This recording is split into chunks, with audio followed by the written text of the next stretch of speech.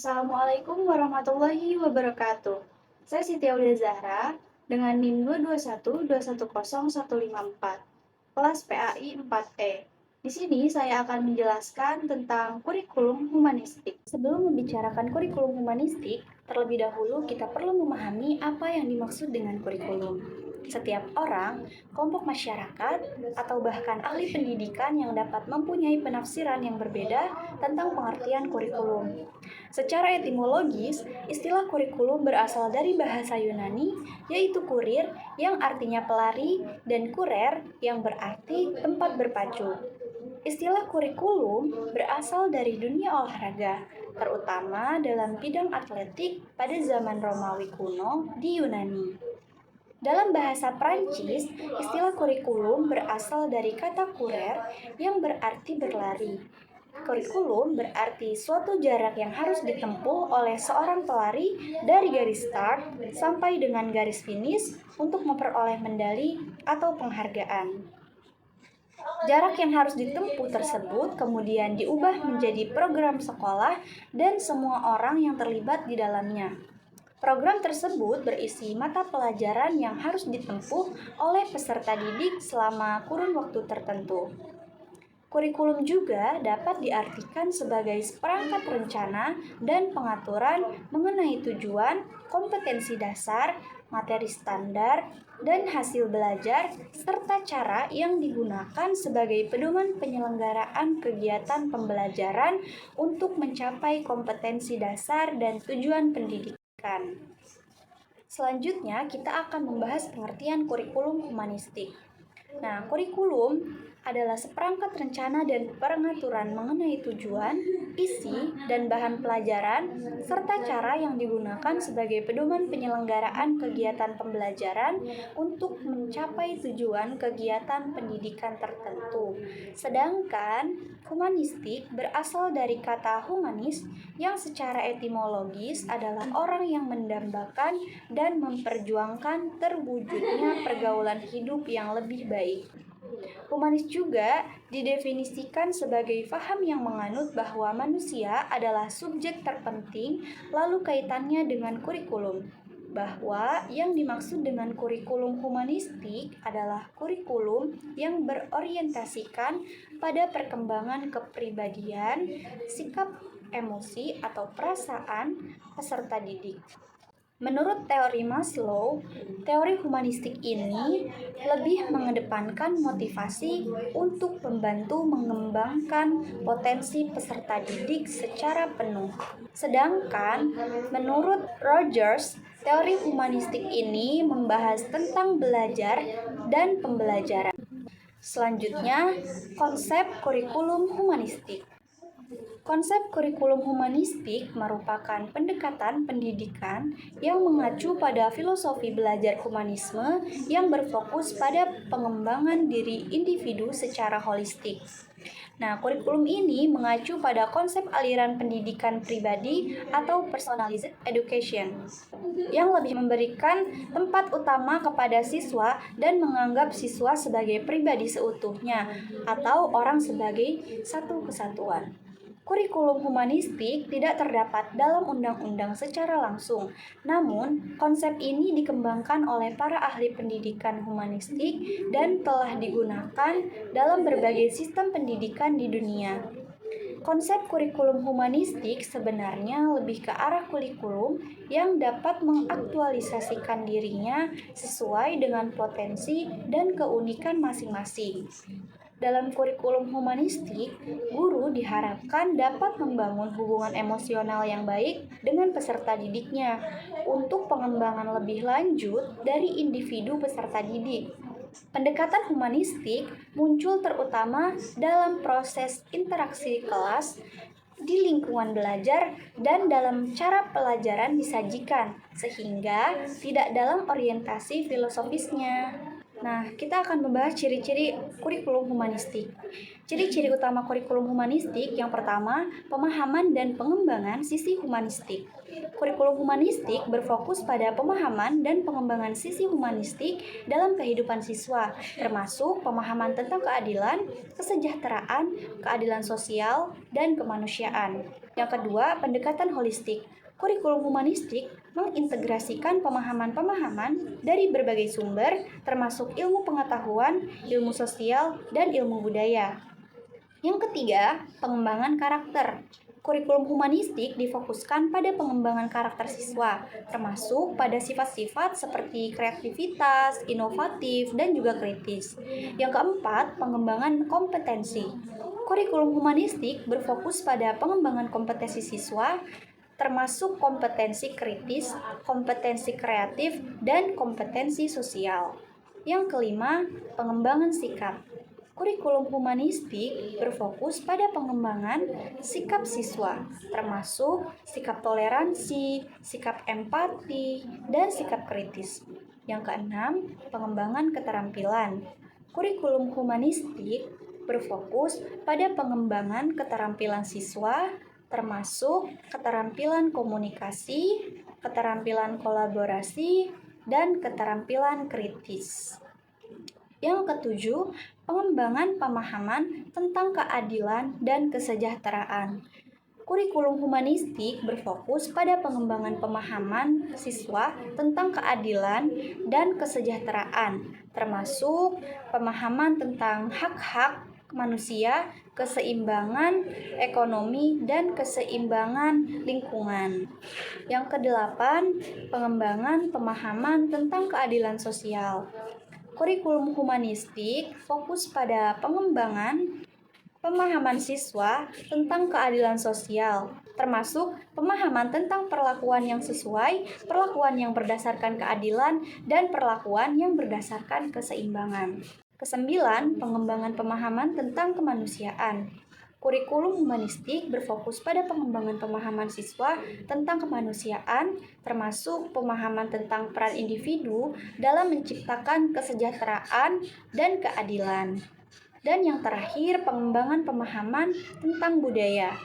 Nah, kurikulum humanistik berfokus pada pengembangan pemahaman siswa tentang budaya, termasuk pemahaman tentang budaya lokal, budaya nasional, dan budaya global.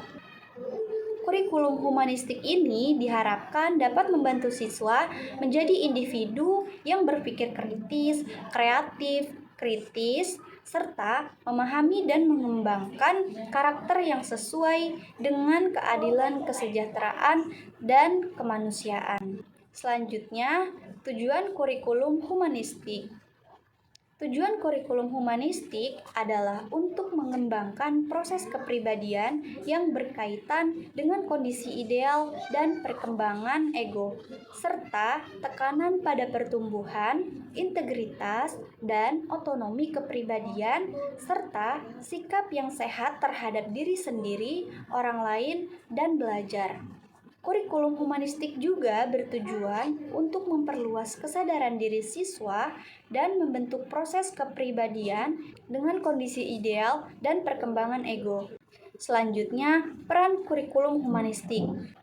Nah, kurikulum humanistik memiliki peran penting dalam memberikan pengalaman kepada siswa untuk menunjang secara intrinsik tercapainya perkembangan dan mencapai keseimbangan perkembangan keseluruhan aspek pribadinya, baik aspek kognitif, estetika, maupun moral. Kurikulum humanistik menekankan peran penting pada aktivitas-aktivitas yang berupa eksploratory, membingungkan, dan tumbuh alami atau spontanitas. Tujuan pendidikan menurut kurikulum humanistik adalah membentuk proses kepribadian yang berkaitan dengan kondisi ideal pertumbuhan kepribadian, integritas, dan otonomi. Peran guru dalam kurikulum humanistik adalah sebagai fasilitator, bukan otoritatif. Evaluasi dalam kurikulum humanistik lebih menekankan pada proses daripada hasil. Selanjutnya, kita akan membahas tentang fungsi dari kurikulum humanistik. Nah, fungsi kurikulum humanistik adalah untuk memberikan pengalaman kepada siswa yang bertujuan untuk mendukung secara intrinsik tercapainya perkembangan dan keseluruhan kebutuhan diri. Kurikulum ini berfokus mencakup aspek kognitif, estetika, dan moral, serta mengembangkan karakter yang baik seperti keberadahan, kesadaran, dan kreativitas. Kurikulum humanistik mengutamakan hubungan emosional yang baik antara guru dan siswa, serta mengembangkan kesadaran dan kritikisme dalam pendidikan. Nah, selanjutnya karakter kurikulum humanistik. Karakter kurikulum humanistik yaitu yang pertama pengembangan diri individu siswa, lalu pembelajaran yang berorientasi pada kebutuhan siswa, yang ketiga pengembangan karakter yang baik seperti keberadahan, kesadaran, dan kreativitas. Selanjutnya, perkembangan kesadaran dan kritikisme dalam pendidikan, lalu pengembangan hubungan emosional yang baik antara guru dan siswa, dan pengembangan kesadaran dan mendorong kreativitas siswa. Kurikulum humanistik juga mengutamakan integritas, yaitu kesatuan perilaku, bukan saja bersifat intelektual, tapi juga emosional dan tindakan. Sebelum membahas contoh kurikulum humanistik dalam proses pembelajaran, tahukah teman-teman bahwa dalam memenuhi kebutuhan itu ada tingkatannya loh? Ya, teori Maslow mengatakan bahwa kebutuhan itu terdiri dari 5 tingkatan, di mana kebutuhan tingkat rendah dipenuhi terlebih dahulu sebelum kebutuhan tingkat tinggi dapat mempengaruhi perilaku kita. Kira-kira kebutuhan yang seperti apa ya? Yuk kita bahas. Kebutuhan yang paling rendah dalam hierarki adalah kebutuhan fisiologis.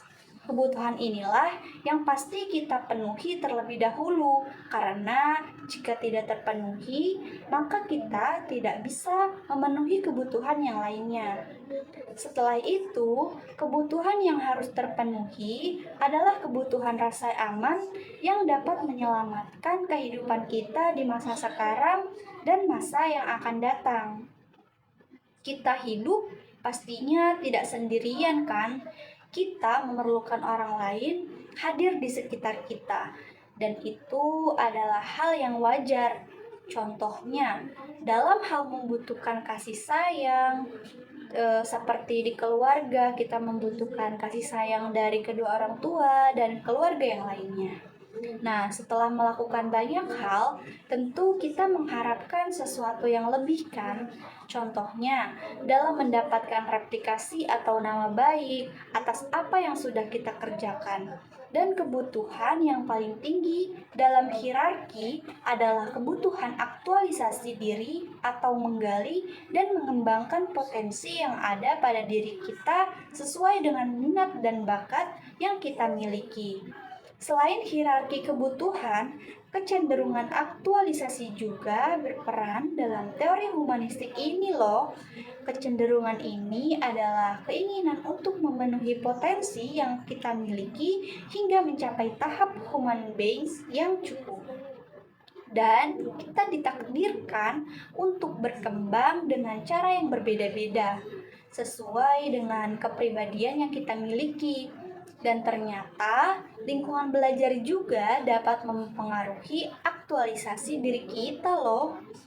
Dan dalam bukunya, Rogers menyatakan bahwa pengalaman belajar memiliki relevansi atau hubungan dengan semua orang yang ada di sekitar kita.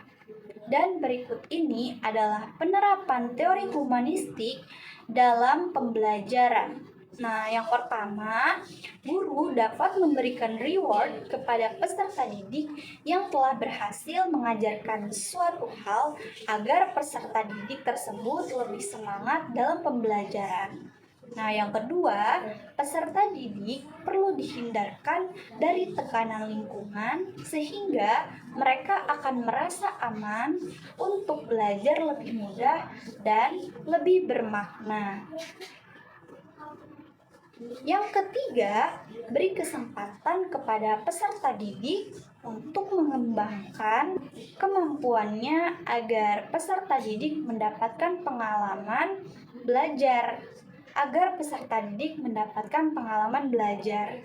Dan yang terakhir, pendidik harus memfasilitasi peserta didiknya dengan memberikan berbagai sumber belajar yang mendukung. mungkin itu saja yang bisa saya sampaikan. Kurang lebihnya mohon maaf. Wassalamualaikum warahmatullahi wabarakatuh.